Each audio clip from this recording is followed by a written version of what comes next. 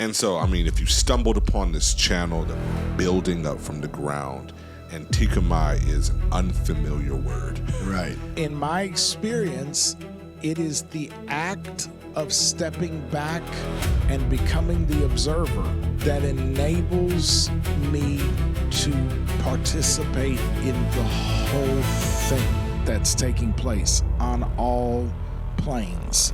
You do it with a posture of like, well, let me just check off this box. That's not living Antikemi. That's not allowing your spirit to sit in the driver's seat. What are you doing inside of organized religion? You have not. You're at odds with it. And in a funny way, I would say, yeah, we are. But not because we think it's evil, because we think it is very earthly.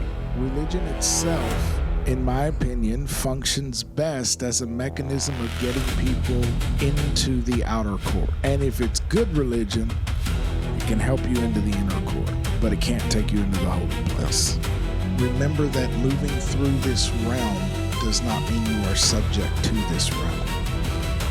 If it is not your hour, if your hour has not yet come and you are in the Father's will, chemtrails are not going to get you. Parasites are not going to get you. Come on. The only way it's going to get you is if you become enmeshed in the web of trying to think your way out of a thing that exists within the realm of thought-based structures of reality. There is no bottom to that pit. What if I told you you were meant for something more? And what if at first sight your birthright was inked in blood? And what if dominion was written in big bold letters? And what if we shouldn't just occupy but overcome? And what if the observation of opposition was us? Antikemi, the podcast. You so funny. We were sitting here kind of laughing even before we hit record. Kind of like vacillating what we're going to talk about. Yes, sir. I like that word, vacillating. Yeah, it's a great word. That's a great word, right? And ultimately, we want to really try to drill down why we want to live Antikemi. We end every episode Right. with that call to action. Yeah. It's not just a tagline, though. No, and some may even be like, what even is it? Right. And so, I mean, if you stumbled upon this channel that we're building up from the ground, Antikemi is an unfamiliar word. Right. It was, at least to me. And it really means to lie in opposition against. Right. To be anti whatever the Babylon system of this world is presenting as the normative action. Yeah. So we as believers, we are called to lie in opposition. Like, not just recognize that as being something that is wrong, but actively oppose it. Right. It's an action word, right? Yeah. And so that's what we have, positioned ourselves as being thought architects in this space to try to give language and vocabulary to people who have felt the tug on their hearts like, hey, it's time that we need to actively come into alignment with what the Holy Spirit is doing right now. And there's other believers and other people who are like-minded who feel the same call, that same push. Yeah. And so we're not alone with this. And if you've, like I said, if you stumbled upon this podcast, that's exactly what we intend to do in everything that we talk about. What we discuss is not really arbitrary, but it actually has a purpose. It's not an ideology. It's not a philosophy. It's a posture. Yeah. That applies to every aspect of life if once you understand you allow it right. to. Yeah. I think, I'm going to just speak for me for a second. I think at times, even though I'm doing the podcast, I think that I have been like, okay, I can live Antikemi in this curated part of my life. Yeah. But over here, like, no, that's that's not something that I'm willing to kind of explore and touch, right? But I think as we progress, we need to be open to understanding that we have to really filter our mindsets through the lens of Scripture and with the intention of doing the opposite of what our flesh wants to do. And that's not always easy. No, and I know at least on my end, a lot of it isn't even always conscious. Oh, I'm willing to be challenged here, but not there. But there seems to be almost no limit to the extent to which there are just areas of my life that I have never challenged and asked myself why I think that that's the way it should be or the way that it is, or I've just accepted certain things as fundamental to reality, and they may be fundamental to a reality that I was living in. But if I'm rejecting that version of reality and saying I want to go back to prime reality, to God's truth, then I'm going to be pretty consistently confronted by areas of my life that it's like, oh, I haven't looked at that through the Antikemi lens. Yeah. So I love that. Living through the Antikemi lens. We're going to challenge you tonight. And want to remind you, hit that subscribe button if you haven't already, because you're tuned in to Antikemi, the podcast, and we want to grow with you through the process of us kind of getting to know each other better. Yeah. Drop a comment. We want to hear feedback from you. Hey, what's working for you? What do you want to hear? We've heard from some people already. We're going to try to kind of explore some requested topics here shortly. But yeah, hit that like, hit that subscribe button. That does tremendous things for the algorithm, as well as, I mean, if you're watching on YouTube, we love it. If you can subscribe on Spotify, that helps, or Apple and Podcasts. vice versa. Yeah. If you're at all a YouTube user, but you catch us on one of the podcasting platforms, it would help us out if you'd come over and like the new channel, subscribe to the new channel, and kind of, we just need to get it on the map a little bit. So let's show these platforms this is content that is something that's going to be beneficial for people, because I believe it is. Yes, sir. And so, as we always say, with that being said, let me ask you this, my friend. When we first started talking about kind of launching a podcast, and we were kind of throwing ideas around for names, and when you first started to think through what could be the name of this channel, when you brought out Antikemi, you weren't super confident with that name. No, because I thought it wasn't a word that I was familiar with. Mm-hmm. I went looking for a word in biblical Greek that would describe what I was trying to get at. But I thought that maybe I'd get lucky and it would be a somewhat familiar word. When I got it wasn't. It wasn't. No. So I wasn't super confident because I felt like, well, people are going to see Antikemi, and frankly, when I first started thinking about Antikemi as a name for a concept, I wasn't even really fixated on the idea of a podcast. So I brought it up because you started talking to me about a podcast would be a great way to express some of these concepts that we're living in. And then it became relevant in my mind because I had this word rattling around in my head. The idea of it is pretty simple in that I believe that there is a subtle but important crucial differentiation between the idea of being against something ideologically, intellectually, politically, religiously, and I'm not. I'll even say this: I'm hesitant to fixate on that which I am against. I'm more prone to want to dig in on what I'm about, what I'm for. Yeah. But there's a subtle difference between that kind of opposition and a form of opposition that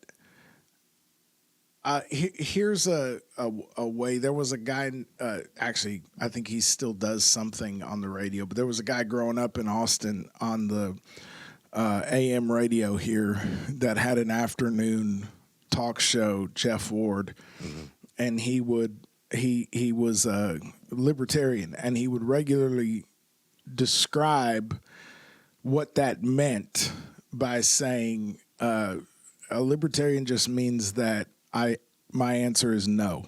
I vote no. To him, it was like no on it all. That's perfect. Right. You wore the perfect shirt. You got to normalize saying no. Because what he really, less important than which third party he had aligned himself with, the reason he had chosen to align himself with a third party is because he was sick of the two-party system. Right. So he was saying, I'm saying to the whole system, no, I don't like it. I don't want any of it. Yeah. And that's kind of the difference. To me, it's like we're constantly given an endless menu of issues that we can be on one side or the other of. And that's a kind of opposition that I'm not interested in fixating on. But what about an opposition that says, I refuse to play that game. I'm not going to pick. I'm not going to involve myself. Sounds like Jesus. Right.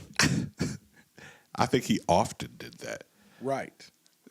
We were just talking an aspect of this story offline, but that's immediately comes to my mind is when they were trying to trip him up as far as him giving an answer that was going to either break God's law or the law of the land. So when they brought to him the question of like, who should we,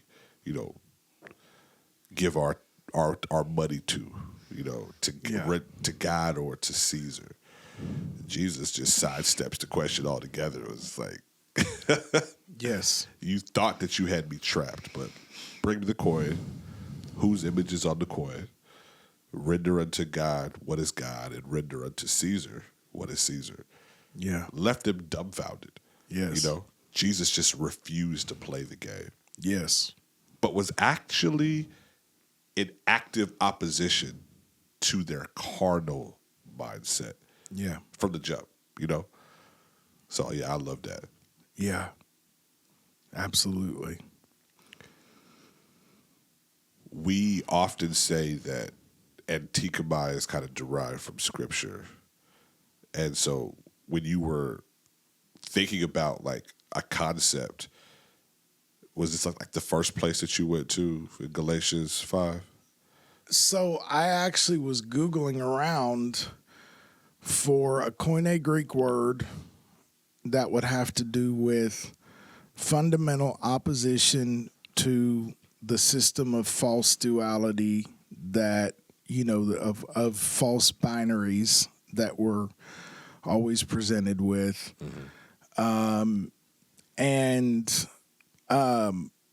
Google spat back the concept of this word Antikemi, and I Googled to see where that word shows up, and it gave me the Strong's referent. So I went to Strong's, and as soon as I went to the word in Strong's, Galatians 5 was right there, and I was like, this is what I'm talking about. Yeah. Like this is Paul's talking about the thing I'm talking about. Right. And so Let's go there, right? let's go there. By the way, I'm Schulz. Oh, this is Jonathan. We are two halves of your host. You got to like go back to old episodes to see why that's funny.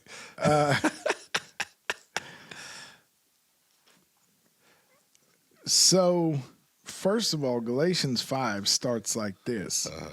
It was for freedom that Christ set us free. Yes. Therefore, keep standing firm and do not be subject again to a yoke of slavery. Interesting to me that Paul here is,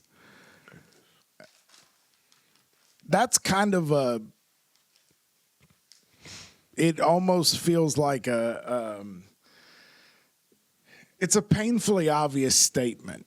It was for freedom that Christ set us free.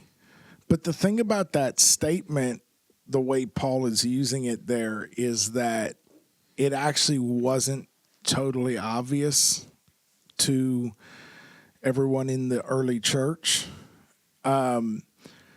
because they had this religious mentality drilled so heavily into them about constantly falling behind on basically demerits and needing to do righteous things to catch up. It was a rat race. This rat race, which has only gotten worse inside the institution of Judaism since that time, because once they lost the temple sacrifice, basically the final boss of that mentality emerged, because now not only are they trying to keep up on the hamster wheel of merits and demerits, but they don't get the periodic sacrifice. Right.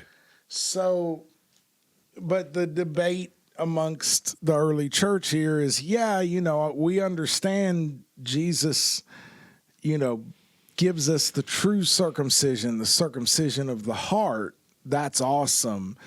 And so many of us,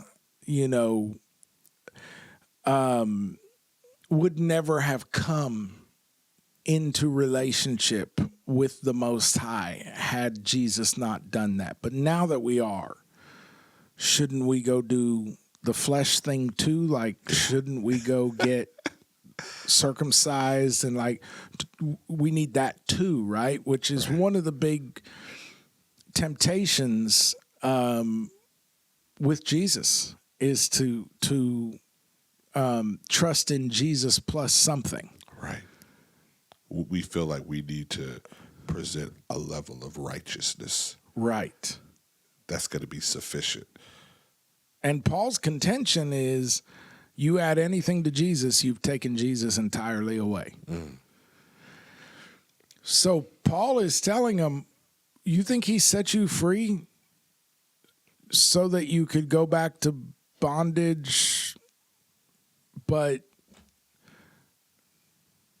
like better bondage? Like, it was for freedom that Christ Jesus set you free. So stand firm and don't be subject again to a yoke of slavery. So then dropping down to verse 13, he says, for you were called to freedom, brethren, only do not turn your freedom into an opportunity for the flesh. So now he's actually speaking to the other side of it. Yeah. He's telling them, on the one hand, you don't have to do works of your own righteousness. Jesus set you free from that. Stand in that freedom. Now, don't lose your mind. Don't run off and weaponize that as opportunity for the flesh. But through love, serve one another. So apparently, Paul's solution to carnal Christianity is, his solution to legalism is Christ set you free.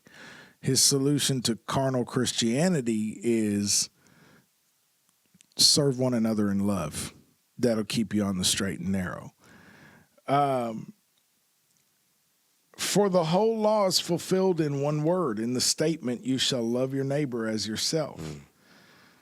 But if you bite and devour one another, take care that you are not consumed by one another. But I say, walk by the Spirit, and you will not carry out the desire of the flesh. Verse 17. For the flesh sets its desire against the Spirit, and the Spirit against the flesh, for these are in opposition, Antikemi, to one another, so that you may not do the things that you please. Just because that could be a little hard to understand on the face of it. Paul's saying you're either going to disappoint the spirit man or the flesh man. Yeah.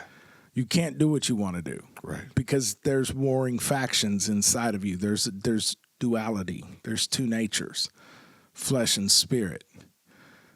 Some people might call it your higher self and your lower self. Yeah. And Paul is saying you actually can't do what you want to do, because either way, you're going to have to deny some desires. So he's saying the reason that is so is because the flesh and the spirit are positioned antikemi to one another. To have one leading is to have the other in subjection.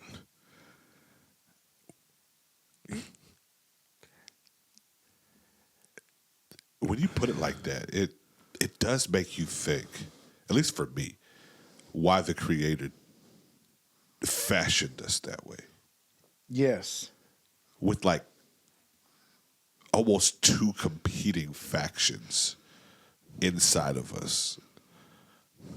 And I mean, it's peppered all through Scripture. You see it even in Jacob and Esau. Like, you have two nations in the womb. And they were definitely in opposition to one another. But it kind of tells the full story of what we wrestle with, literally. Now I'm kind of thinking, like, what's the deeper meaning or the deeper point that's tried to be illustrated in the life of a believer? Understanding that we have our flesh that we're robed in, which also gives us, like we've said in other episodes, the biometric key. Our DNA gives us the biometric key to have dominion here on this terra firma, right here. It gives us access as well as the authority, yes, to do what we need to do in this realm, right? But then we have our higher self, our spirit, which is seated in heavenly places with Christ Jesus. And we have our soul, which is acting as the mediator, which can kind of live and traffic in both realms. And bringing our soul into submission to Christ is how we bring our spirit to the forefront to be led by his spirit as opposed to our flesh. Yes. I don't know. I'm just kind of like, I guess I'm thinking out loud. Just what is the advantage, or why do you think that God chose for us to have something as important as our flesh to operate here in this realm, to be in complete opposition to the spirit which operates in the spiritual realm?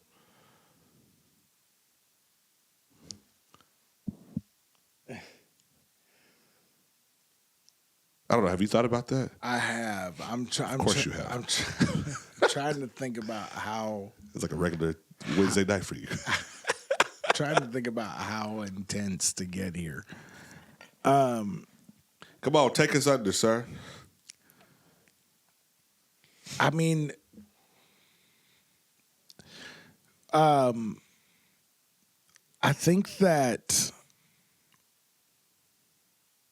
whatever was going on in the garden, Adam and Eve were clearly had physical bodies. Yeah.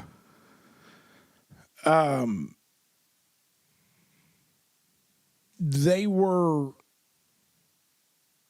already, just by virtue of being called Adam, we know they had already been drawn from the dust of the earth. Mm-hmm. So it's not like they didn't have, there's a kind of a Gnostic idea that they were fully ethereal. And I don't buy it. I don't see that. Because the Gnostic trap that's very easy to fall into when you start getting into the deep things of God is to somehow assign negativity or pollution to the very concept of natural, anything bodily, anything to do with the meat suit is like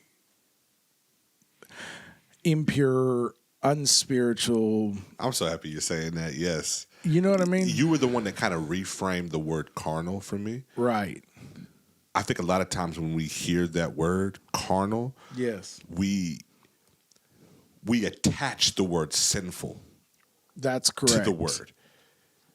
And I think the enemy, the adversary, loves to Velcro words together. Yes.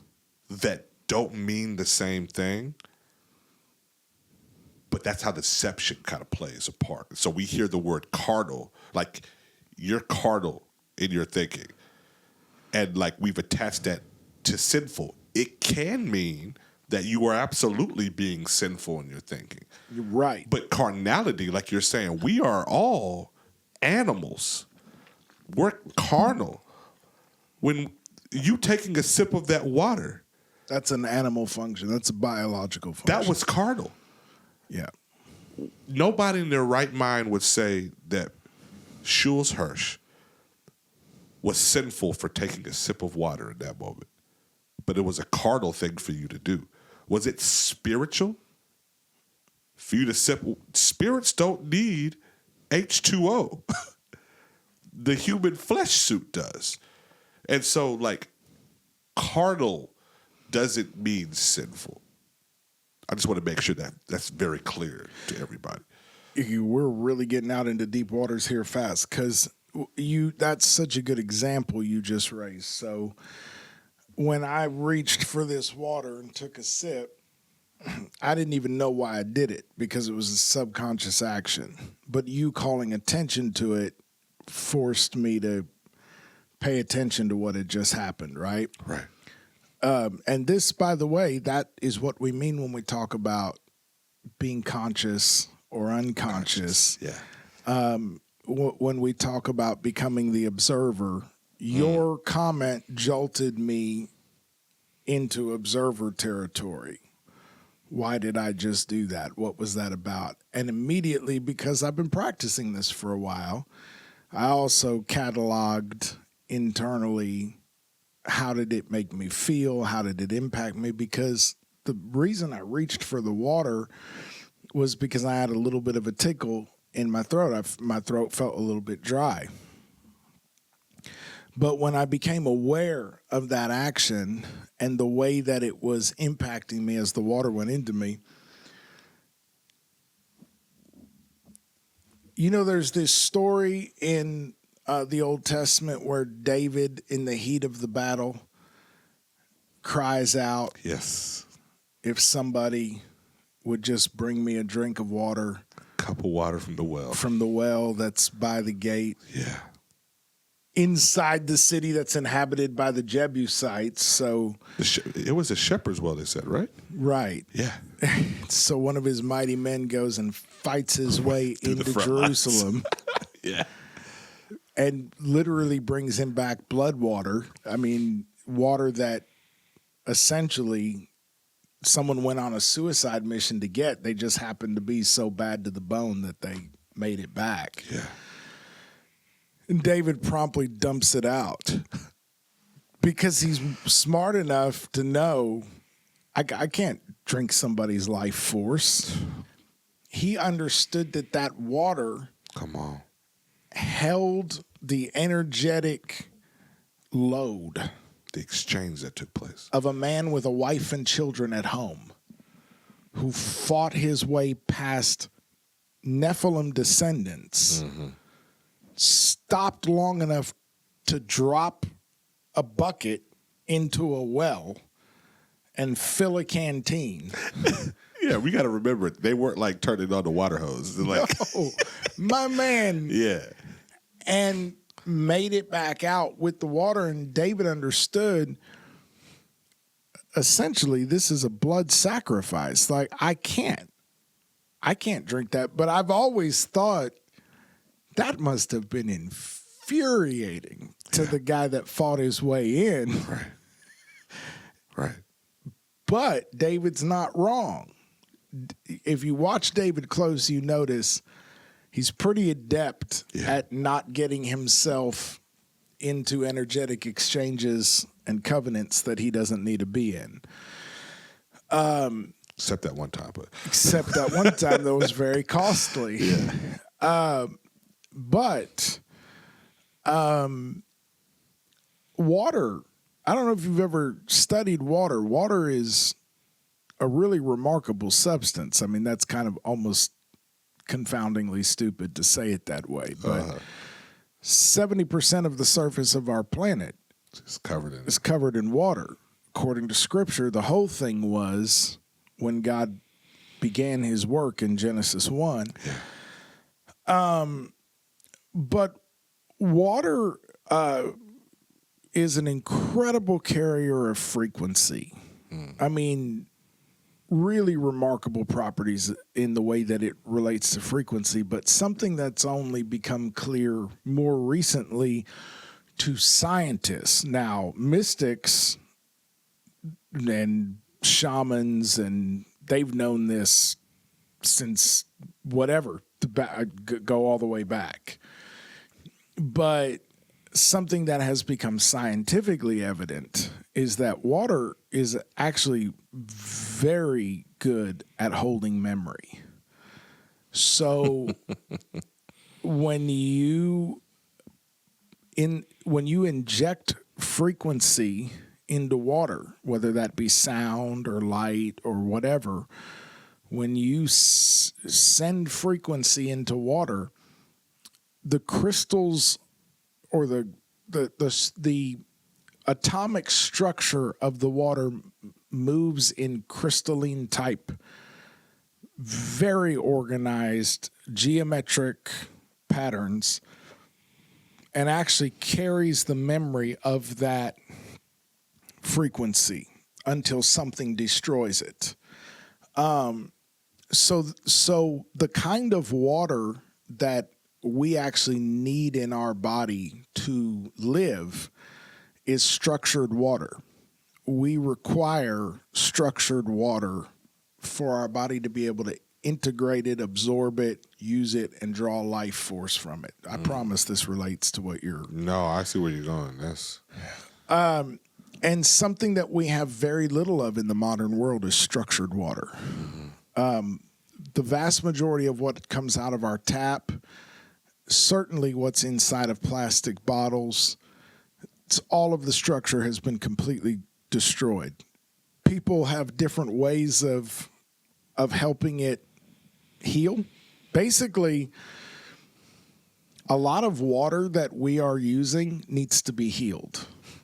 It, first of all, needs to have the horrific additives filtered out of it. Microplastics, minerals, heavy metals, fluoride, all that kind of stuff, right? But then you still have dead water with basically no structure. And when you drink it, your body is able to absorb very, very little of it, which we all know if we think about it, because if we drink very much of it, we have to go urinate almost right away. So we didn't retain almost any of it. If we were drinking living, structured water, we wouldn't be urinating much. We would be absorbing it, holding it, and using it, healing. And so basically, you can do some things to try to help water get closer to being living water again. The best thing you can do to help water become living water again is dump it out on the ground and let it rejoin the cycle. But short of that, people do stuff. There's all kinds of stuff they try to do, basically letting it run over organic material, almost like a stream, right? But you have to be careful because you don't want it to pick up all kind of microbiology, and so it's a whole art. But the biggest thing that people do to structure water again most often is leave it inside of glass or earthenware in the sun and let the sun infuse it with the energy of life. Wow. And you can look at the water under a microscope and see it gain structure again. My goodness. And now the body can interact with it. All of that to say, there's a reason why the Bible is constantly fixated on living water, wells of water, springs of water, why Jesus makes these promises of you can drink of this water and you'll never thirst again. And because, yes, water is a very natural thing, but it's also a very spiritual thing. It's an incredible, anything that is that adept at holding the memory of frequency is very spiritual. Yeah. And so I clocked what I had done, and what I realized is that when I drank the water, yes, my throat felt a little bit of relief, but also my whole mind brightened. In biblical terms, you might say my spirit revived. Yeah. So actually, the animal needed a drink for this reason, but apparently the spirit needed a drink too. I was wilting. So there was an energetic exchange that happened there. Yeah. This water, and y'all, you can think I'm whatever, you judge away. But this water was collected by you or your wife thoughtfully ahead of this podcast, knowing that, first of all, whoever did it knows that I guzzle water. And second of all, knowing that we were both going to be talking for a long time and getting tired. So it was collected. Ice was put inside of a cup that was lovingly designed, and created with excellence, with a heart of service, and placed right within arm's reach. Everything about the way this water arrived at this table was infused with love and care, consideration. So when I took that drink of water, my body appreciated the biological nature of the water, but my spirit got something out of it too. Come on. My goodness. Water holds memory. So again, go back to David. David knows better than to drink a flask of death and trauma. The ancients understood things, or if you want to say understood things, that we tend to either just miss or think are silly, but they're profound truths that relate to the actual nature of prime reality, not this illusion that we're moving through, but prime reality where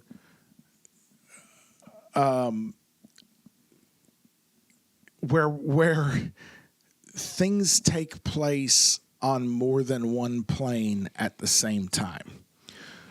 So I don't know how much my spirit would have gotten out of that drink had you not called my awareness to it.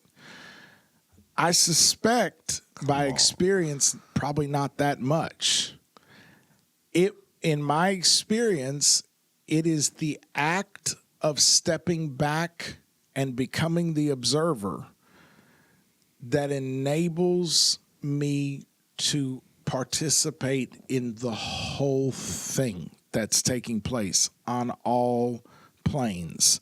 So you called my attention to what I had done in the meat suit, the carnal but not sinful act of taking a drink, which made me become conscious and aware, which allowed my spirit to access the sustenance that the flesh cannot access. And respond accordingly.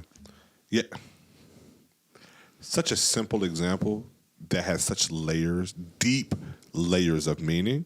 And of course, my mind is triggered to Jesus' words in Matthew 10 when he says, the one who receives you receives me. This is verse 40. And the one who receives me receives him who sent me. The one who receives a prophet in the name of a prophet shall receive a prophet's reward. And the one who receives a righteous person in the name of a righteous person shall receive a righteous person's reward. And here's where it gets real good. This is why my brother's smiling right now. Yeah. And whoever gives one of these little ones just a cup of cold water to drink in the name of a disciple. Right. Truly I say to you, he shall by no means lose his reward. Notice how the verse above is talking about a righteous person and a prophet. But here, the cup of cold water given, that is assigned to a disciple. Yes. And Jesus later on, in Matthew 28:19, the Great Commission, we're called to make disciples. So we are replicating those of us who are disciplined, coming underneath the submission of the master. And in that type of mentality, we are not only serving one another through the loving awareness, as John St. Julian says, that consciousness, right? That higher thinking, that higher plane that we're accessing, doing these things in love. Because like we just read about in Galatians, how we're operating from a freedom point of view, access that through love. Yes. And so when we have that mentality, that intentionality, a little thing like the cup of water, Jesus references it himself. The act of giving a cup of cold water.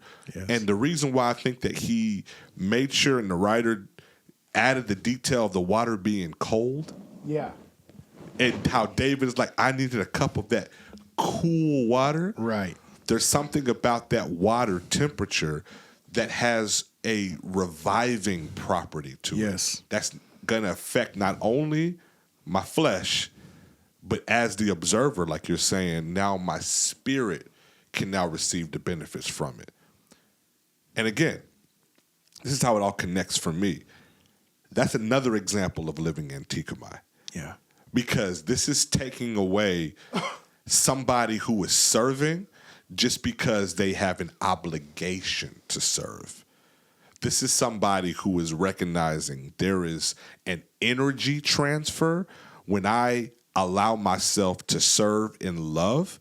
Those of us who are coming to church and you're serving in positions, you may go out and you feed the homeless every single week. You may stop by that stoplight and you hand your $20 bill or whatever to that person that's panhandling on the side. And you feel like you've done your good deed for the day.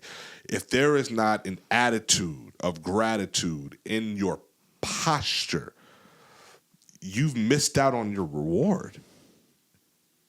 Yes. So while you may have given the cup of cold water, if you do it begrudgingly, you do it with a posture of like, well, let me just check off this box.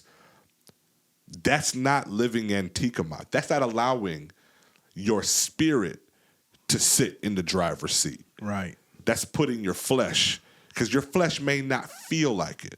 There's times when my wife has helped us reset this room to shoot this podcast episode, and she wasn't feeling great in her body. But if she was orchestrating all of the different aspects of us being comfortable as we're sitting here recording, I do think that we're able to feel it if we're tapped in. Yep. And spiritual enough to recognize that energy transfer. I mean, come on. We can just be practical. When you sit at a restaurant and the server has an energy that's bad, that chef could have cooked an incredible meal, but your dining experience is affected. Yep. Because of what was served to you. You feel it. That could be one of the best steaks you've ever eaten. But the way that the server slapped it on the plate and threw it down at the table, that would absolutely affect your dining experience. The same way, in the flip side, you can have some real mediocre food, but that server be so incredible that you almost forgive the bad culinary or the poor culinary experience because of the company that you're involved in and the exchange of energy with the person who is serving. Yeah, we've all seen it on Yelp. People will say, I go here for Erica. Yeah. And they're not, it's not a flirting thing. They're like, this person makes my day better. I'm happy you said that because Pastor Brooke is going to be asking you who Erica is. A little bit of... Who's Erica? She's on Yelp right now. Oh, man, that's funny. No, but you're right. You're absolutely right. There are people who make your dining experience so much better just by the energy that they present. And it comes through. You feel it. I would go so far as to say that the imprint of your heart posture, and we all, or most of us, many of us, I guess I should say, instinctively know that this is true because a lot of us are really capable cooks. I know I am. I can throw down. Yes, you can, sir. And so can you. But when I make stuff, and my mom taught me to cook, but when I make stuff that I remember from my childhood, the way my mom taught me to make it, it's good, but it doesn't do the thing that makes me want it. It was my mom. It was her putting herself into it that made it what it was. And we all know that nothing. Sunday dinner is not going to taste the same if you're not at grandma's house. And my grandma used to make chicken and apples. Like that. That's such a classically Ashkenazi Jewish thing. I don't think I have a frame of reference for just chicken and apples. I mean, when I tell you that that's what it is. It's like what, baked chicken? Or you season the chicken inside and out, and then you stuff Granny Smith apples and some aromatics into that makes it. Sense. And, And she would take them out before they totally fell apart. So the apples were pretty good because they got some of the drippings and all that in them, and they just softened. And, but it was just baked chicken. But the way that I would miss that chicken and apples when she wasn't around, and I made it once years later, and I realized I don't like chicken and apples that much. Like, it's fine. It's like, it works. The recipe works. It makes sense. But it was my grandmother's table. That's where the magic was. Yeah. It was my grandma. When she put that on the table, it carried the essence of Hilda Rogan, first generation American, there was a soul to the food that I carry the memory of but I cannot reproduce. So I'm going so far, I'm taking your example so far as to say, whether they're conscious of it or not, a significant part of what is shaping people's experience of what you serve them, using food as an example, is actually has to do with the energy you embodied. Did you make it with love? Yes. Because everything carries energy. Water's very good at it, but everything carries the memory of energetic influence. What you emanated into that pot is what is in there. Yes. And that's why, McDonald's will never be able to recreate the feeling of your uncle flipping burgers at the lake. Objectively speaking, they might cook the patty better because some people aren't that good with a grill. But it will never carry the priceless value, the moment. Come on. That was brought to you by that burger that your uncle threw on your plate. But he did it out of love. Yeah. It was his way of showing you that he cared about you and you were family. So all of that is to say, yes, they had physical bodies. I don't think it's reasonable to say that the Bible is essentially telling us that they did not have physicality before the fall. But they were, I do believe it's very fair to say that Adam and Eve's experience of the physical world was not defined by the perceptive bandwidth of the animal creature.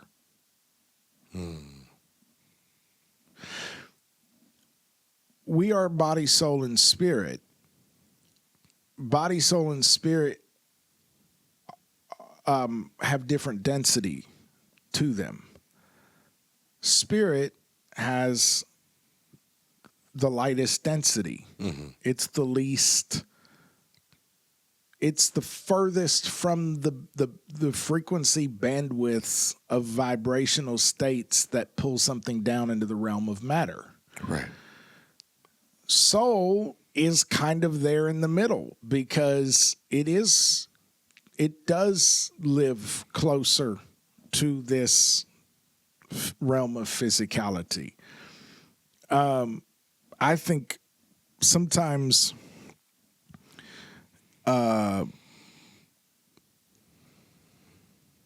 soul is perceptible. I'll give you a couple examples. You can look in someone's eyes and know whether or not you like what you're looking at.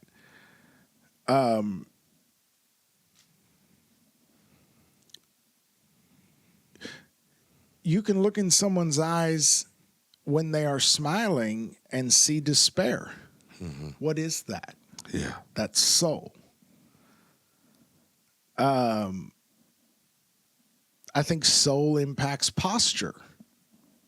You see people years, now getting close to decades, multiple decades of ministry has taught.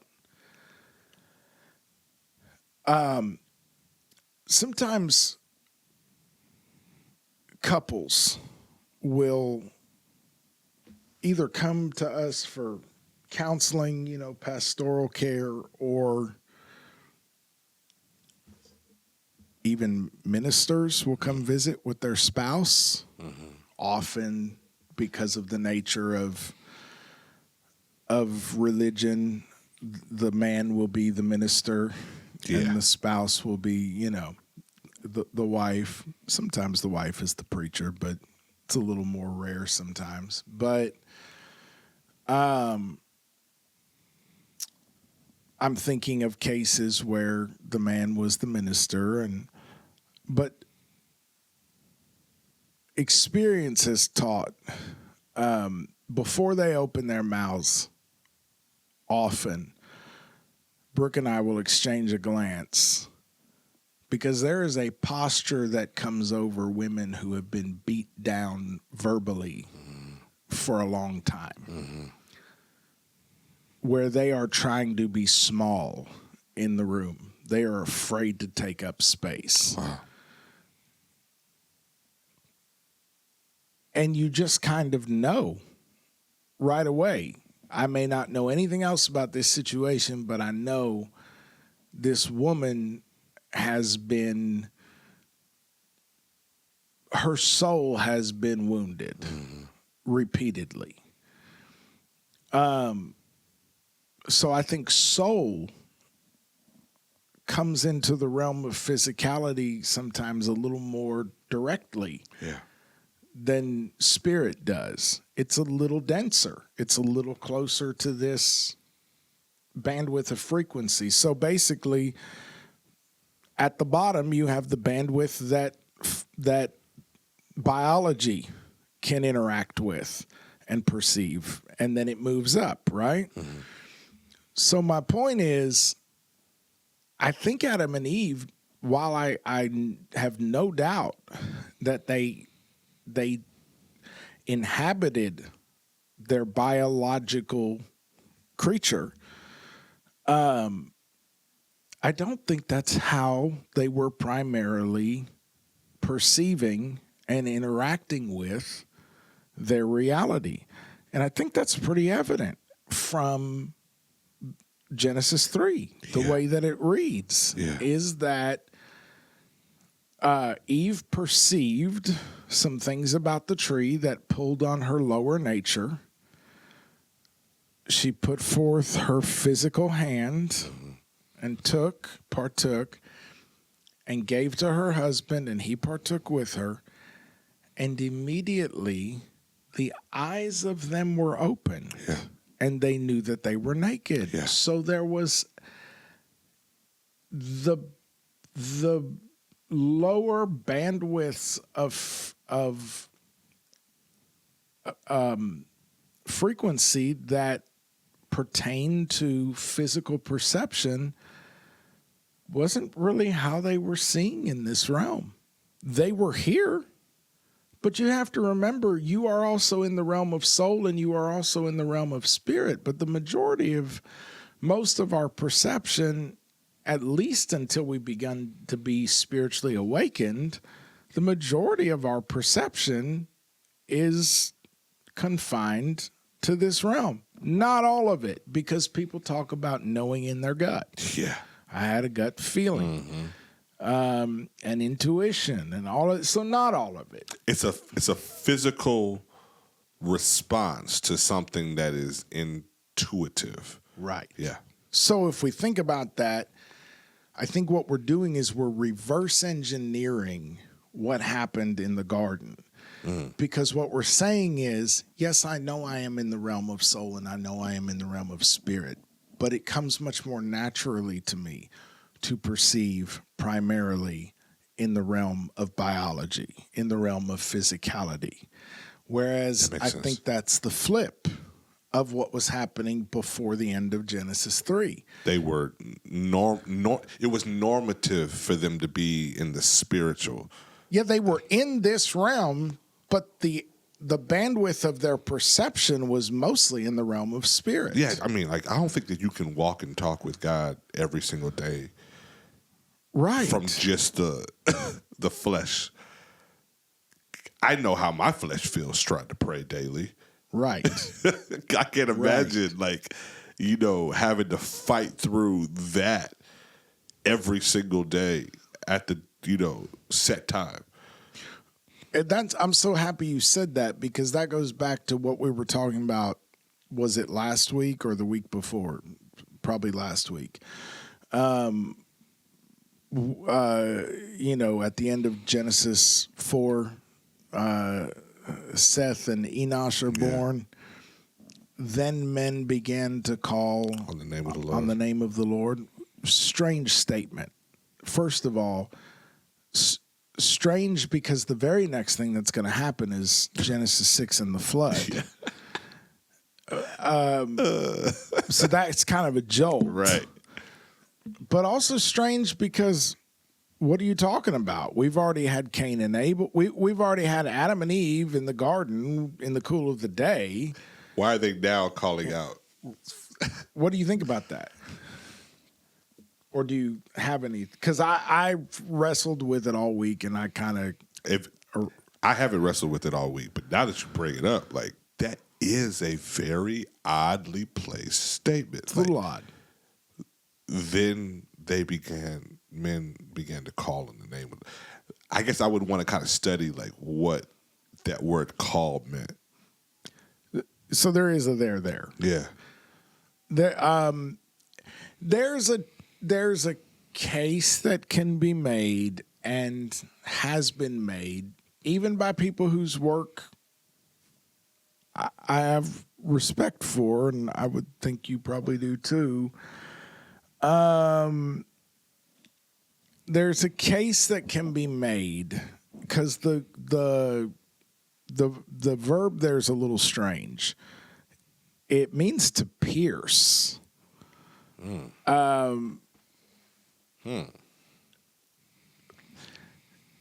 Hebrew verbs, they can be a little odd. But one way that it can be translated is profane. So there is a reading of that, which basically no translator has ever chosen, which could be, then men began to profane the name of the Lord, which feels like a much easier slide into Genesis 6. That's a better odd ramp. It's a better odd ramp. It's a weird off ramp from Seth and Enosh, though. Yeah. Because the point being made there is about Seth and Enosh because we're about to see their lineage. That's a different priestly line, yeah. Right. Yeah. So it's like it feels like if you interpret it the way that the translators do, you get a weird on-ramp to Genesis 6.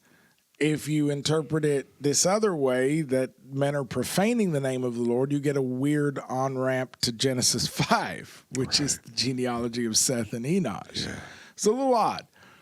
I will say it's an overwhelming number of times that verb is rendered to call on rather than to profane. It's something like 576 times to 53 or something like that. So far more often, the proper read is to call on.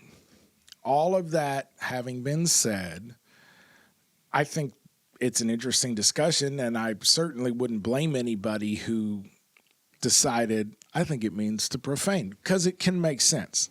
I have a little bit of a different thought on it after having wrestled. I wonder, Adam and Eve had direct relationship.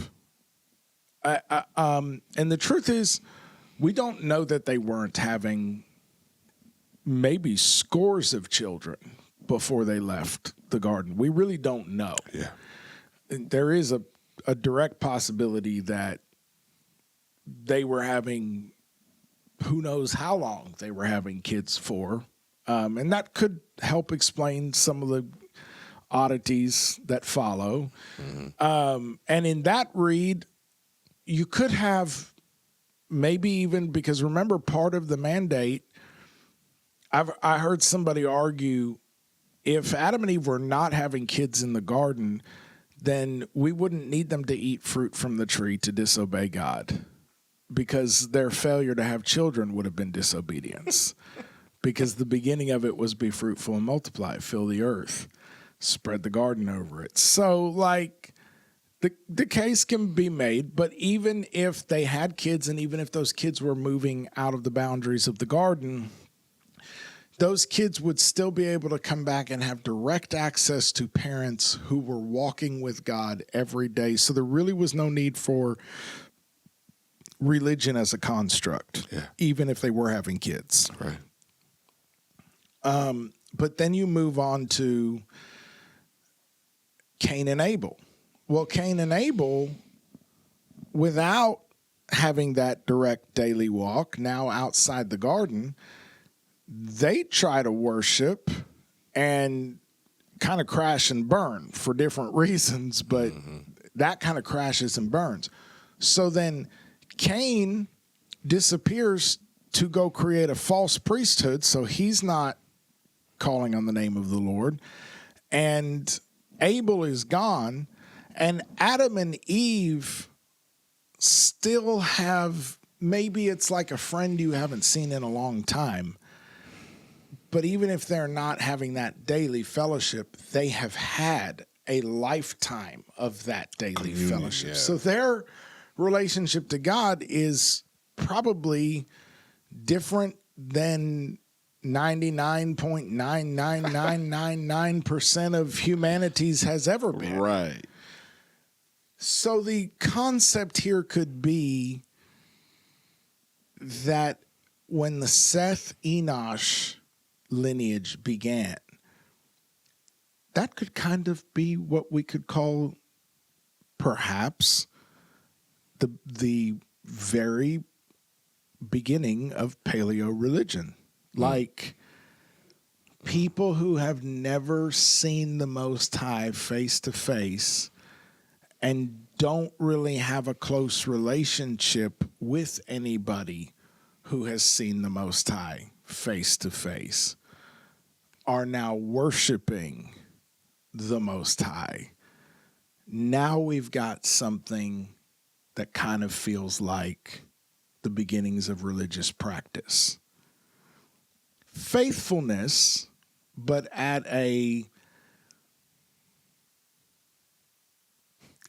different stage of relationship. This is so good because that puts it puts a different spin on the word profane. Right. Because again, it's like the same correlation between we attach sinful with carnal, and that's not necessarily true, right? And the way we look at profane is like something that is intentionally degrading, or I'm probably using the wrong term there, but there is something that is negatively attached. Right. If you're profaning Very something. often it's a loaded word. Right. You know what I mean? But it feels like people are beginning to worship the Most High God, but imperfectly. Right. And not the way that God ever intended. Very similar. You see it play out. A great example is Moses is up outside. He's up on the mountain. Yeah. It's a good example. Talking face to face with God. And Israel's in the valley, understanding that, yes, we need to communicate with God, but let's worship him. But we're going to go about this worship in a profane way. Probably all good intentions. Like, we're not trying to follow after another God. Jehovah is our God. We need an energetic medium. Yeah. We want to find ourselves feeling. That's the flesh and the spirit at war with one another. Right. I think this is why, like, this episode is so important because, like, yeah, this is a great example of, like, how you would live Antikemi to the idea of worshiping God in a profane way. Yes. How could you, like, lie in opposition to that? Because it would be very easily for you to find yourself going with the flow of, like, well, the purpose is for us to worship God, right? Yes. So this is how I'm worshiping God, even though it's unacceptable. Exactly. And I think that because really to profane is just to bring an element of commonality to make something more common. Yeah. That's the word I was looking for. Yeah. Common. Yeah. So potentially there, if there is like a reference to the idea of profaning, it could be that this form of calling on the Lord is more common than what has been lost. Not in the sense that it's inherently sinful, just inherently more separated, more distorted, more of this realm, and as you're saying, a little more common, which very quickly can begin to degenerate, and almost always does begin to degenerate toward baser instincts. I don't even know if we want to go here, but now I do.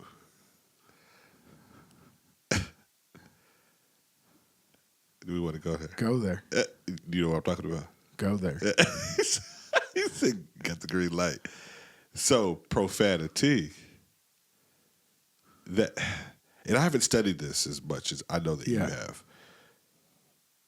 That's just common speech, right? Yeah, you're really trying to get me in trouble with Brooke. She hates this lecture so much. Whenever I finish this lecture, she'll turn to the kids and go, "That may all be true, but you're not allowed to cuss." Right.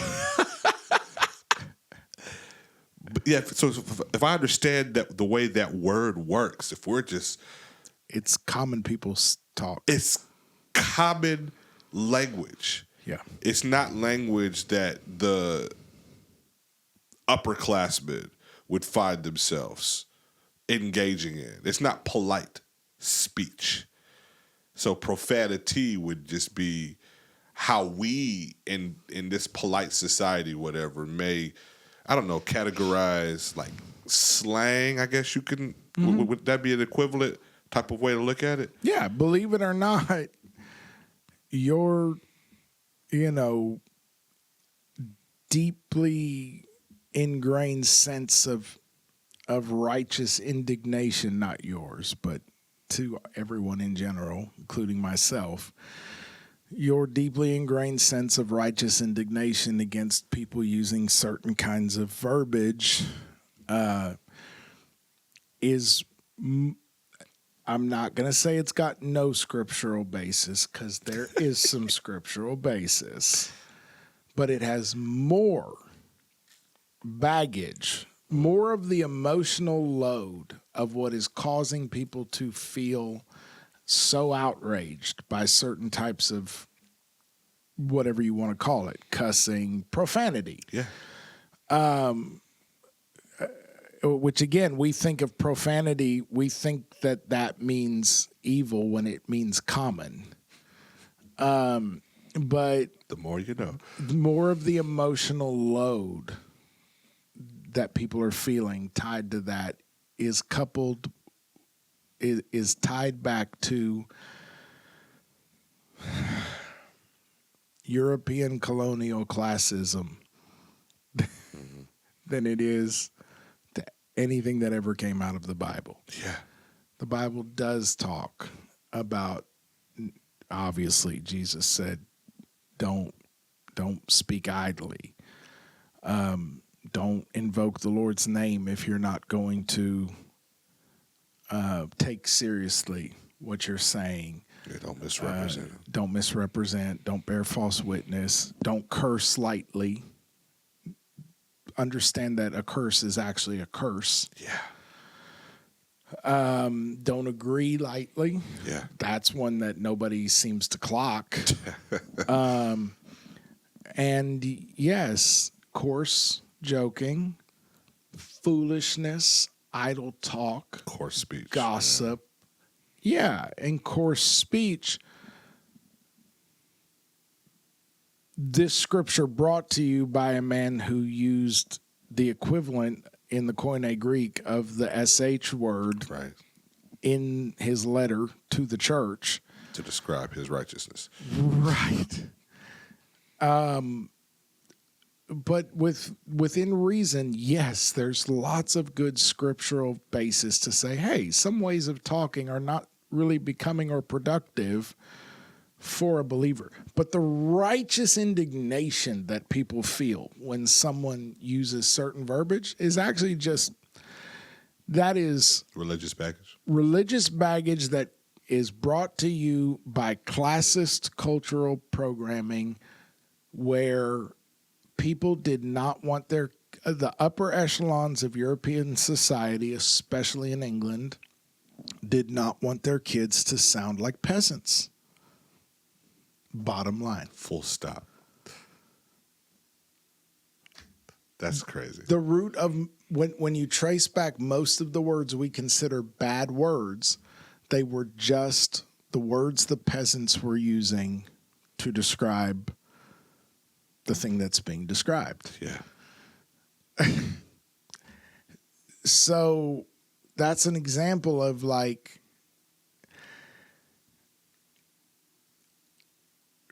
what we're really talking about is making something just super matter of course, making it super common. Yeah. That's one of the reasons that we're not supposed to make an image of God. Because an image that exists inside of the realm of physicality. Come on. Yeah, that's the definition of profane. Too common. Yes, too common. It's too much like us. The simple fact that God is a spirit. When we say God, we're definitely referring to the Most High. Let's just be very clear. So the Most High God is a spirit. And you cannot see with your natural eyes in this realm a spirit. Right. That's the purpose of the exact representation of his nature, like Philippians says. It's Philippians, right? Mm-hmm. Paul's talking about that's what Jesus represents. Right. He's the express image of the Most High God. And he's how God chose to reveal that image. There we go. Because even John Bunyan did a great job of bringing that out. Yes, the man Jesus took us from types and shadows to an actual image. It's still an image. But it's just God's image. Yeah. He made that image. Yeah. That's different. It's different. It's as close as you can get. If you've seen me, you've seen the Father. Right. It's as close as you can get. This is a very imperfect example, but y'all follow me. If Louis Vuitton wants to make a backpack with its express image and design on it, that's different than you or Canal Street in New York making a backpack with this image on it. It's like, well, it's the same thing. It's a backpack. No. Yeah. What matters is the source. Who is designing it? That's what matters. It's not the object, so to speak. So if the Most High God decides that he wants to express himself through creation, through an image, he chose Jesus and put his spirit in that express image. We don't get to decide how we want Jesus to look like in our earthly realm by creating our versions of the image. And I think, kind of going back to what we've been talking about here, the way that we intentionally choose to lie in opposition to the systems of this world, understanding the difference between flesh and spirit, is recognizing we're not the source, so we don't get a chance to decide how we want this image to look like. When he's actually made us in his image. Right. If we would take a moment and appreciate what's in front of us, right, and honor the image of God in our fellow human, that would go a long way with how we shape our minds, with how we deal with one another. And connecting all the dots, that's how we serve differently. That's how we act in love.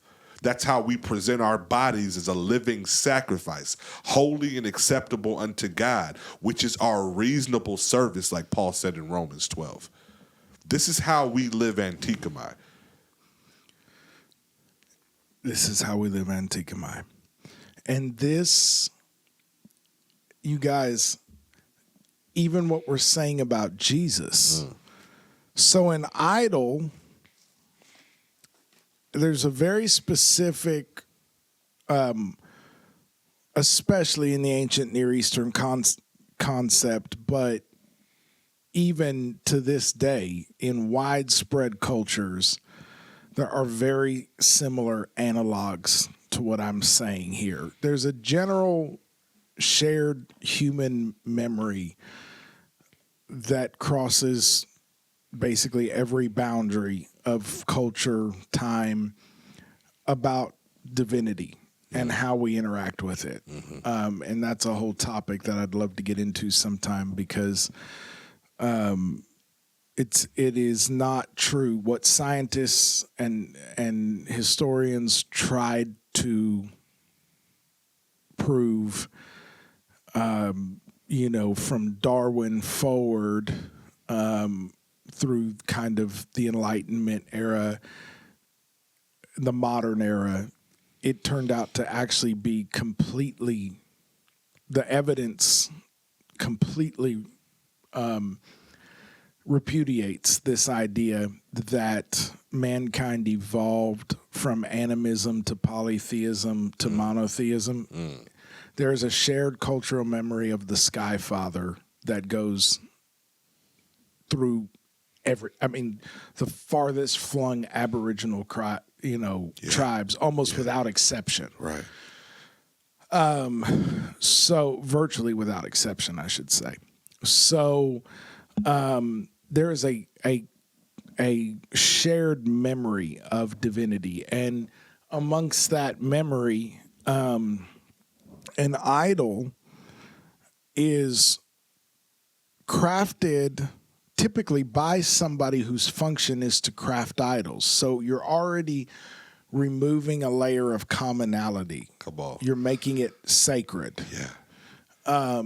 And then an idol is brought to the priest or the witch or the shaman or the whatever, but priest is really the word for how they're functioning.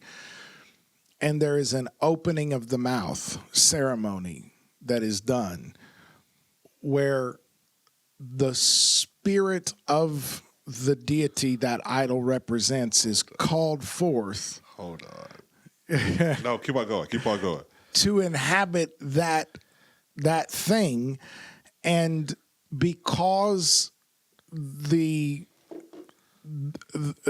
fetish item has been imbued and blessed to have its mouth open, is the reason that someone can come and consult it for an answer, because the entity that item is dedicated to may very well interact with you. If you bring a sacrifice, if you say what you're going to say.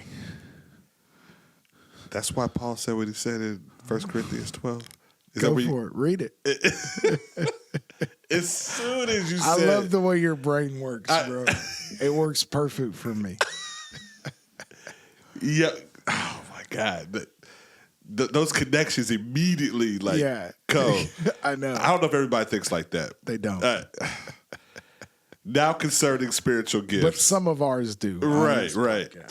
1 Corinthians 12. Now concerning spiritual gifts, brothers and sisters, I do not want you to be unaware. You know that when you were pagans, you were led astray to the mute idols. KJV says the dumb idols. Yes. Understanding those that are not able to speak. Yes. So you're giving this lore behind these crafts makers. Yes. And the ceremony behind opening the mouth of the idol so it can represent. Yeah. That's crazy. Yeah. That makes so much more sense. Yes. I'm sorry. Go ahead. Keep on going. That's good. Well, here's where I'm going with it. What makes the Lord Jesus the express image of the invisible God in physical form is not his shape in the realm of physicality. In fact, Isaiah said there's nothing remarkable about his appearance. Yeah.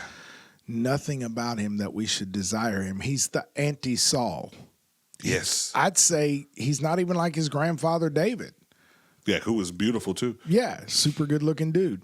I don't think Jesus was ugly. I just think he looked like a first century Semitic dude, like any The regular guy. man on the street. Yeah. Right? It was not the vessel that made Jesus what he is and was among us. It was how he carried it. It was how he comported himself in relation to his physical expression. And we know this because when he came of age, he was driven by the Holy Spirit into the wilderness, where he fasted food and water for 40 days and nights. Then when he was hungry, his appetites began to speak, and he passed through all of the temptation metrics that Eve and Adam failed and successfully repudiated the serpent in all of its trickery, and came down in victory from that engagement in the power of the Holy Spirit, came back down into Galilee and immediately went to pass the earth through the water. Now the time has come. Suddenly Jesus has to be baptized. Why? Because I have overcome the flesh. So now the vessel of earth must be dipped in the water so the Spirit can descend, so the mouth can be opened. As soon as he comes out of the water, the Holy Spirit descends like a dove. This is an imagery they've all been taught about. It's not just idols. It's also standing stones. Yeah. And standing stones were something the Hebrews did have. Yes, they did. So they were very familiar with this imagery. And then the voice from heaven says, My beloved son. "This is my beloved son, in whom I am well pleased." Listen to this one. Listen to him. And immediately, Jesus begins to publicly embody the image of the Father in front of everyone. But he says during that process, I do nothing of my own, but only that which I see my Father do. I speak only that which he gives me to say. I love how Dr. Francis Miles says that Jesus was the most supervised human. Right. Yeah. Exactly. And Paul says in the days of his earthly pilgrimage, Jesus learned obedience by the things that he suffered, offering up loud cries and petitions with reverent submission, and was heard because of his reverent submission. For this reason, the Father hath also exalted him above all things and given him a name above all other names. So it was not the meat suit that made Jesus, it wasn't the common part of him that made him the express image of God. It was the sacred. It was the way he carried the vessel. And if you notice the way Jesus interacts with this realm, he never interacts with this realm from within this realm, ever. Ever. He is constantly perceiving that which no one else sees. He is constantly knowing the hearts and minds of those around him. He is constantly slipping through the crowd because his hour has not yet come. He has meat to eat that you don't know about. He is completely embodied, but he's not dealing in this realm of perception. That's not how he is interacting with this realm. He is the second Adam. So the way that Jesus embodied in this realm gives us an idea of how we were intended to embody. How to live Antikemi. How to live Antikemi. And we learned that to be Hebrew means to cross over. Hebrews are those who cross over. Yeah. So we began to say, live Antikemi, be Hebrew. Yeah. Cross over from this realm of sensory perception and thought-based constructs of reality. And position your life in opposition to the system that is constantly presenting you a prefixed menu of options. And this is why you and I find ourselves constantly living in a very uncomfortable level of tension as clergymen, churchmen, inside of organized religion, which a lot of people that talk the way we talk and think the way we think and perceive the way we perceive would say, what are you doing inside of organized religion? Yeah. You have not what you're at odds with it.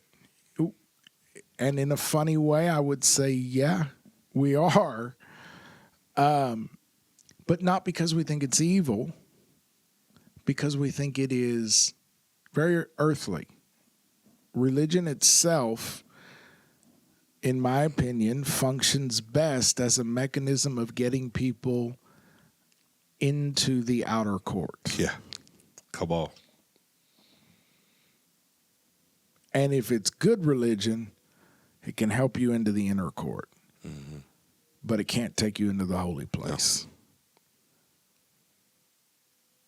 So it's not evil. It's just somewhat carnal by nature. It is an earthly institution.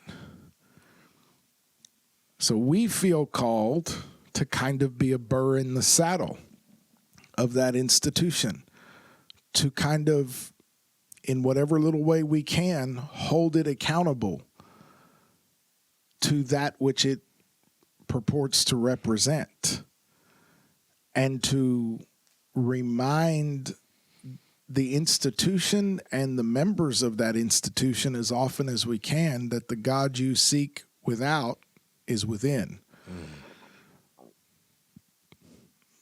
And that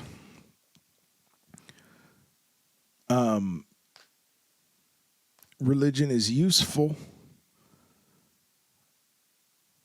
insofar as it is operated from within the realm of the spirit. But as soon as it conducts its business in the realm of earthly perception, it becomes generally unhelpful, just like everything else in this realm tends to be. Yeah. Because everything is falling apart and decaying and tending toward. So look at the Israelites on the side of Sinai. They create this idol. They imbue it with the name of the Most High. This is your God, O Israel. This is Yehovah who brought you up out of Egypt. And then it says that they immediately sat down to eat and drink, which was a covenant meal, and rose up to play. People miss that line. They had an orgy. Yes, they did. because that's what happens when you pull the sacred all the way down into the realm of the common. It was really sounded like some marriage ceremony. Right. It's exactly what it was. That's why they did it. Yeah. It's consummating the marriage openly. Which leads back to Galatians 5. Now the deeds of the flesh are evident, which are immorality, impurity, sensuality, idolatry, sorcery, enmities, strife, jealousy, outbursts of anger, disputes, dissensions, factions, envying, drunkenness, carousing or partying, and things like these, of which I forewarn you, just as I have forewarned you, just as I already have forewarned you, that those who practice such things will not inherit the kingdom of God. But the fruit of the Spirit is love, joy, peace, patience, kindness, goodness, faithfulness, gentleness, self-control. Against such things there is no law. Now those who belong to Christ Jesus have crucified the flesh with its passions and desires. If we live by the Spirit, let us walk by the Spirit. Let us not become boastful, challenging one another, envying one another. He's now he's dealing with the heart issue behind the whole circumcision debate. You're challenging one another, you're envying one another, you're splitting into factions, you feel better than each other or lesser than each other. You feel threatened by each other. So he's trying to point them to understanding that when that's the kind of energy your life is exhibiting, it tells you where you're operating from. Going back to carnal is not necessarily evil. It's just led by sensory perception in the physical realm. And the reason that we don't advocate moving up the scale to the soulish realm, which is really ego, is because the soulish realm is so deeply impacted by the animal realm, the biological realm, the realm of physicality. The soul carries the imprint of everything that the animal has dragged it through or been dragged through. And so the soul is kind of like water. It's like the soul is carrying the energetic memory of everything that the body has been subjected to and subjected it to, and also carrying within it the desires of the spirit. So the soul by nature is deeply conflicted. The soul, you could say, is lost and needs help. Yeah. It's caught. It's caught between worlds. It's caught between dimensions. It is essentially in torment. And the spirit, the animal can't really help the soul out of that predicament because the animal can only do what is instinctual to it, the biological nature. The spirit is the only one that can really lead the way out, because the spirit is the one that doesn't want any of that. All of that weighs it down and pulls it down, and it doesn't thrive there. The spirit thrives in a much higher space that isn't encumbered by all of that. But in order for the spirit to lead, the soul has to know who the boss is. Because the soul is conflicted. So if the animal feels like the lead of the pack, the soul is going to follow. Yeah. So we have to find a way to feed the spirit. And the only way to feed the spirit is to oppose the flesh.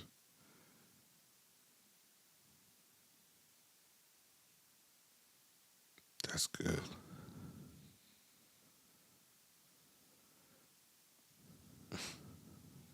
And Lord knows I don't enjoy opposing the flesh. Right. At least not in this round. Right.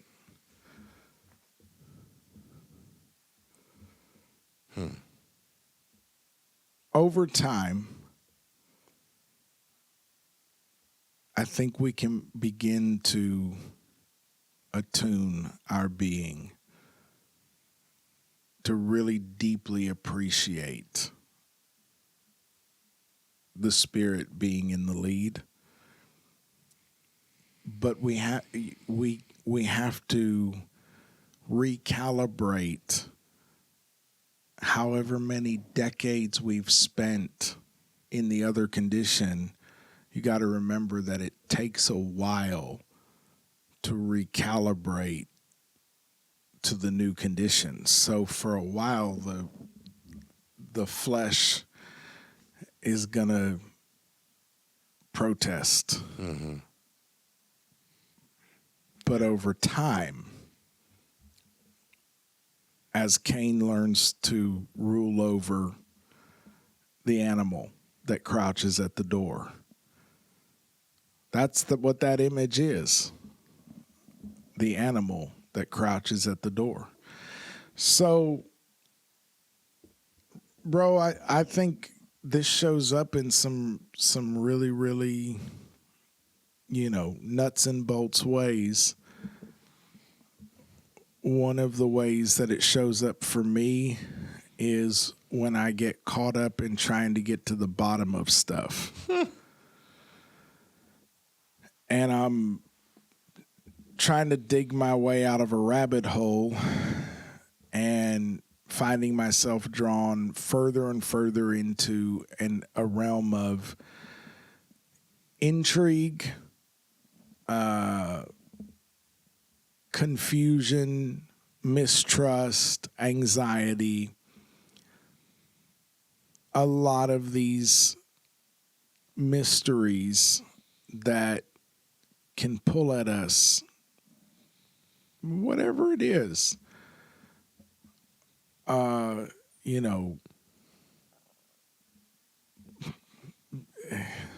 Name your poison, whatever it is.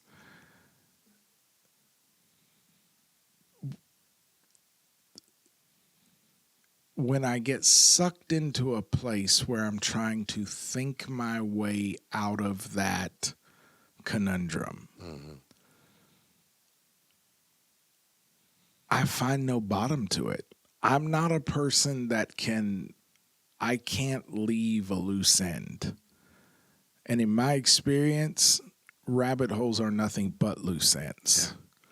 And I like them. They're fun. Yeah. And sometimes informative to a degree. But when I want to find peace and know what to do, because with a large majority of the rabbit holes people can find, at the end of the day, if you're intellectually honest, the best you can get to is there's something there. Yeah. I mean, sometimes you are like, I don't know. But a lot of the time, it's like, there's not nothing there. There's something there.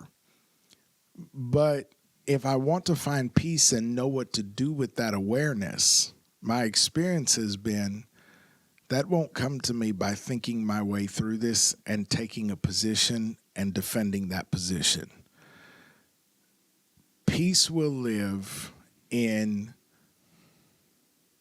going back to the Father, stilling activity, stilling thought, dismissing thought, taking no thought with me, being in the presence of the living God, and he will instruct me in what I need to know. Right. There's stuff I can't prove that I know. Tons of stuff I can't prove that I know. I know it, but I can't prove it. And I'm not inclined to try because the Father allowed me to know it because I needed to know it. And now I know. That's now how I you know. escape out of Flatlandia. It's bro. And it took me too long to learn this, and I'm still learning it. Yeah. But so many of these rabbit holes that people are going down online, you're not going to find peace until you sit in the presence of the Most High. Right. And your Father gives you that which you need, the daily bread you need, and you move forward in that knowledge, secure in the awareness that your Father gave you that knowledge. You didn't get it from anywhere else. So even if the Masons have that knowledge, that doesn't make it unholy to you. You didn't get it there. Yeah. You got it from your Father. Even if, your favorite influencer thinks you're totally wrong and off the deep end for believing that, you're not offended by that. Apparently, the Father hasn't revealed to them what he revealed to you, made known to you. And you're at peace with it. And you don't feel threatened by that because you didn't come to that knowledge through the ego. So the ego isn't vested in it. And so suddenly, you're actually a free agent. You have a level of agency and even, shall we say, sovereignty within inside this realm that you're kind of untouchable, not because you're not willing to submit to God and to godly authority, but because you have the anointing from the Holy One and you know all things that you need when you need them. Right. And so that's an example of the Antikemi posture toward rabbit holing. I'm here until I start to feel my soul being pummeled. Yeah. Remember, Lot spent a long time, righteous Lot, inside of Sodom, being vexed every day within his righteous soul. It was not good for him, and it did not bring good fruit. No. It wasn't evil. It just was unfortunate. Mm-hmm. So when you start to feel your soul being pummeled, that's a good time to come up for a breath, go into the inner room, lock the door, sit with the Father and say, okay, Father, here I am. That's it. That's all you have to do. You don't have to, you just, here I am. And then the Father will impart to you that which you need. And you can move forward with clarity and with peace. I feel like I'm supposed to say this. I need to encourage somebody. Don't worry about what chemtrails are. I mean, it's interesting. I look at it. Don't allow anxiety to enter you over chemtrails, parasites, vaccines, the cabal, the war, the Pope, the Jews, Don't allow yourself to be hijacked by the anxious thoughts that come from that and the lower instincts that arise out of it, fear and division and hate, and allow yourself to understand what Jesus said. These signs shall follow them that believe. Mm-hmm. I know that is likely an interpolation in the text from later. I believe it got there because we needed it. These signs shall follow them that believe. Remember that moving through this realm does not mean you are subject to this realm. If it is not your hour, if your hour has not yet come and you are in the Father's will, chemtrails are not going to get you. Parasites are not going to get you. Come on. You know, nanotech is not going to get you. AI is not going to get. The only way it's going to get you is if you become enmeshed in the web of trying to think your way out of a thing that exists within the realm of thought-based structures of reality. There is no bottom to that pit. If you take yourself out of the game by going off grid and interacting with all the NPCs. Hello? Quite literally. It's like, that's not the purpose. It's not your objective. Don't get stuck at the checkpoint. And like a lot of times with these open world games, the world is so vast. I mean, you can side quest all day. Yep.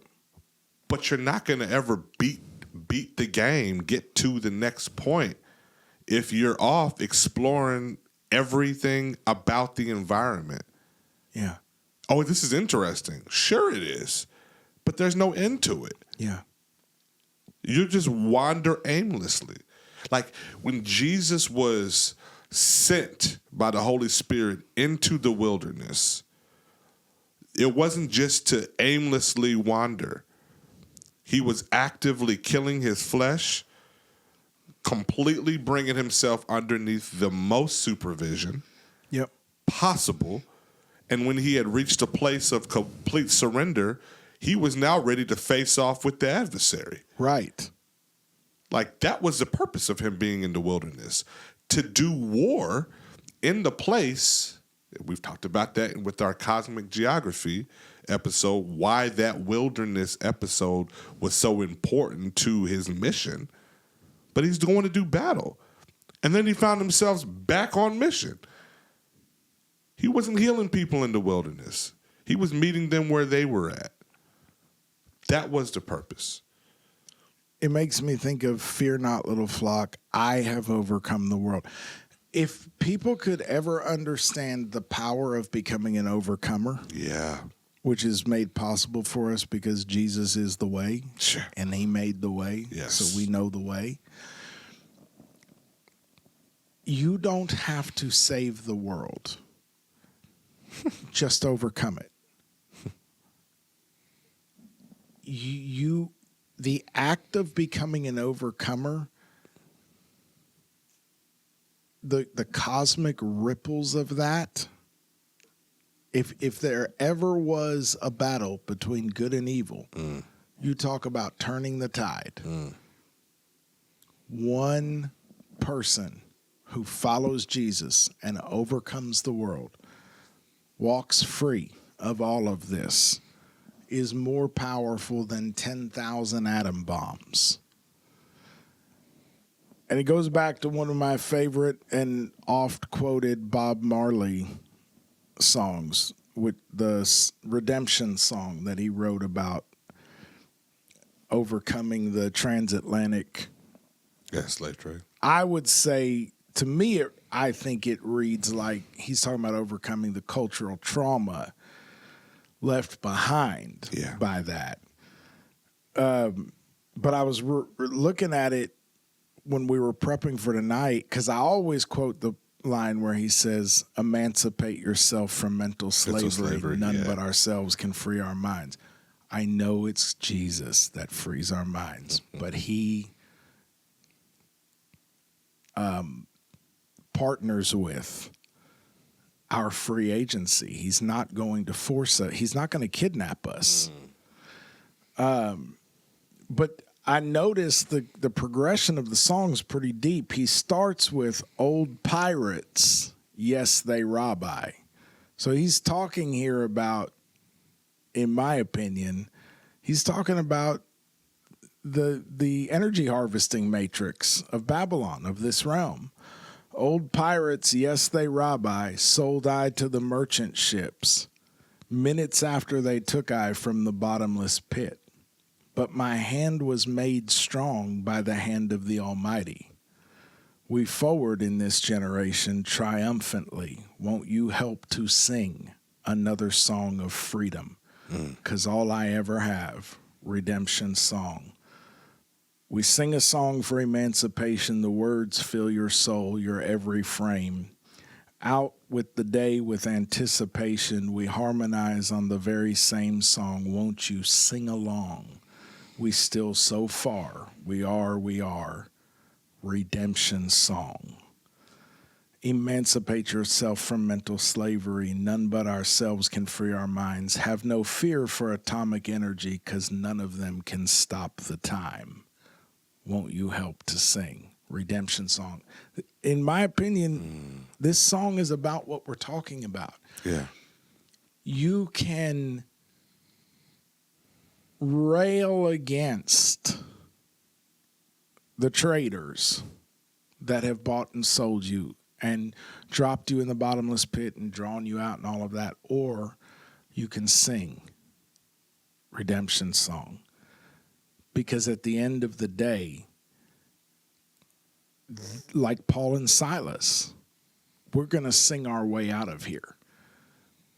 This is that we don't have to wait for the cabal to be dragged into international court and brought to justice, which is never going to happen until Jesus is sitting on that seat.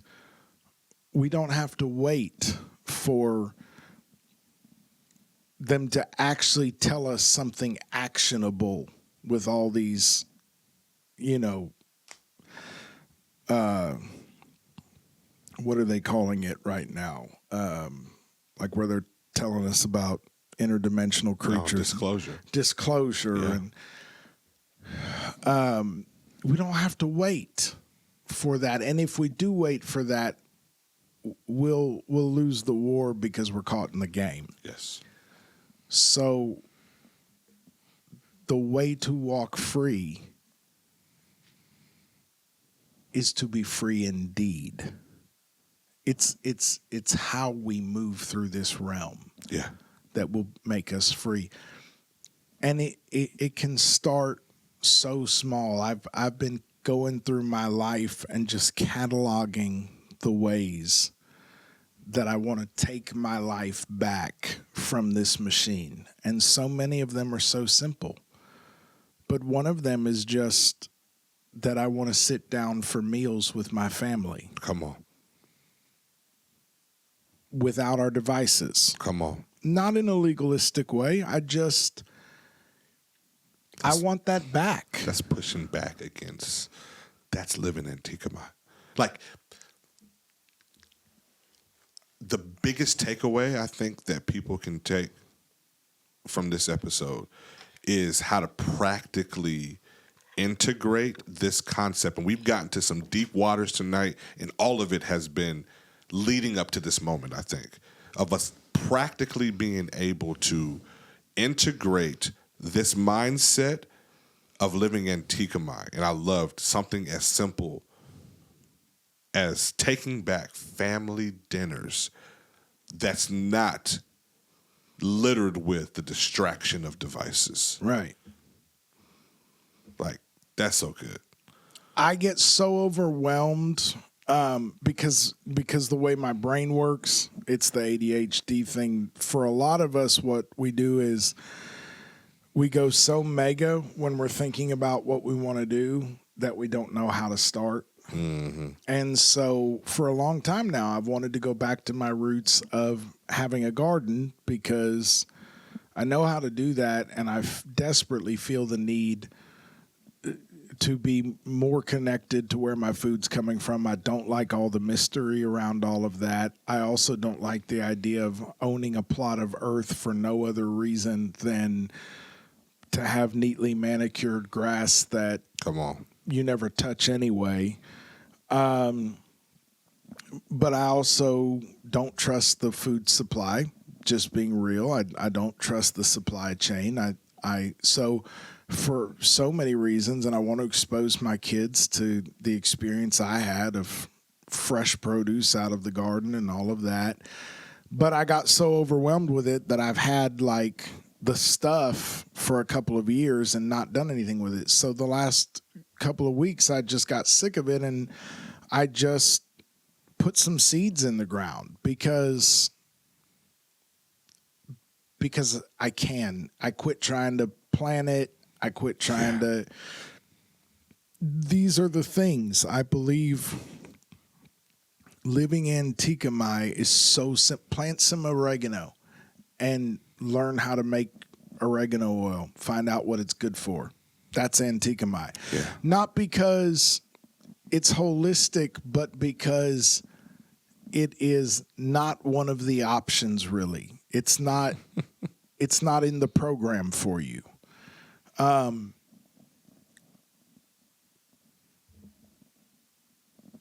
This one came for us last year. Start bringing your physical Bible to church again.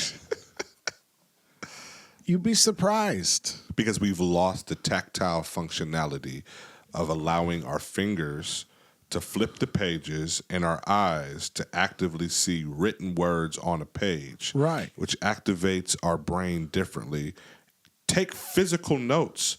That brings together the synapses inside our brains and introduces new neural pathways differently than a device will. Yes. When you're trying to go through the blue light and all of the different ways that this has been engineered to capture and retain your attention, but really dumb down your actual learning. You know what I mean? So I do. When that was such a simple thing, it's like, start bringing your physical Bible to church again. Yeah. Stop complaining that the church doesn't sing the old songs that you love. Get your kids together, sing a hymn. Teach them one of the songs that you love. Tell them why you love it, what it means to you. When Jesus finished eating the Last Supper with the disciples, sang a hymn, and then went to the garden, to the oil press. Sing a hymn, man. You are the church. That's Antikemi. Yeah. Stop asking for permission to be who you already are. Or should be. Right. But you are the only distance between who you should be and who you are is the distance that perception has placed there. There we go. I like that. Yeah. Yeah. John St. Julian says, be the love that you are. Be it. Embody it. Right. That's Antikemi. That's like the whole thing. We are not trying to have a podcast here. The podcast was a mechanism we felt like could help. But what we're trying to do is awaken whoever we're assigned to say, hey, it doesn't have to be like this. And you don't have to bring the whole system down. You don't have to collapse the whole system at a mega level to be free of it. As soon as you decide you are free, you are free. Yeah. Especially when you decide with your actions. Daniel didn't have to dismantle Babylon. No. He just had to open up his window and face the east. And pray 3 days as was his custom. Follow through with your pattern. 3 times a day. Yeah. In the face of the decree, which he was very well aware of, he says, I'm going to live Antikemi to that decree. Yes. Because who I am is somebody who is a person that prays. Yep. And I mean, we don't have time to go down the path of understanding. I think it's like fleshed out in Atomic Habits, but it's like you want to change who you are, change the habit that you have. The goal, if somebody is saying, I want to be able to run a 5K, the goal is not for you to run a 5K. That's where we make the mistake. The goal is for you to become a runner. Yeah. And if you are actively pursuing to become a person who runs, that dictates every choice you make after that. Because you ask yourself, well, what do runners do? Runners prioritize rest. Runners prioritize nutrition. Runners prioritize actively exercising. And you fall in line. Your body falls in line to do those things. Instead of just going after whatever goal, and then once you reach the goal, it's like, okay, well, I'm done with that. On to the next one. It's like, no, I've become a runner. So now I'm going to do what runners do. Right. Focus on being a person that is the image of the Most High God, blood-bought, believing Christian, little Christ. What do Christians do? Not according to what culture says. What does the book say? Right. How did Jesus respond to culture? How did Jesus integrate inside culture? How did he assimilate? How did he stand out? Right. You know what I mean? Yes. That's living Antikemi. Yep. Normalize saying no. Come on, man. Normalize it. Normalize saying no to what they're force feeding us. Man, I love it. That's so good. Oh my God, let's see if I can find it. You're getting ready to hit us with like the hardest hitting quote of all time, aren't you? Kind of.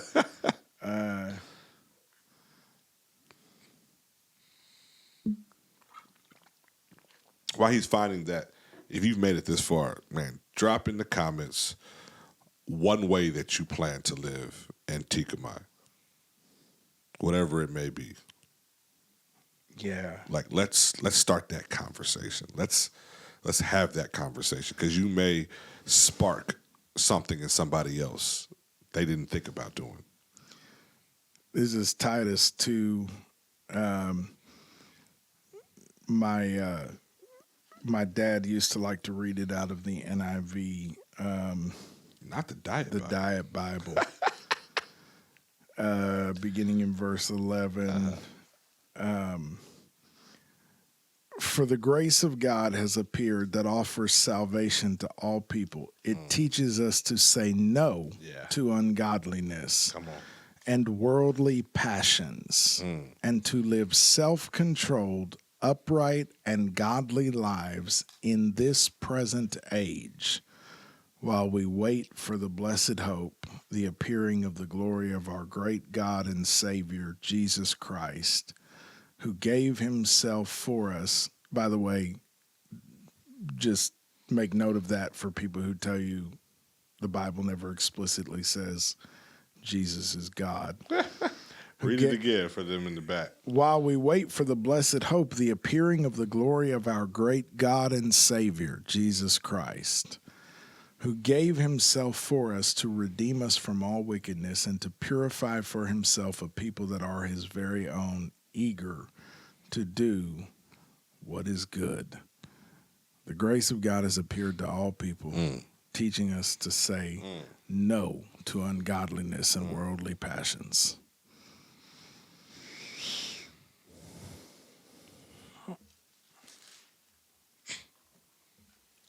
Kind of an oddball episode, but I think there's meat on the bone.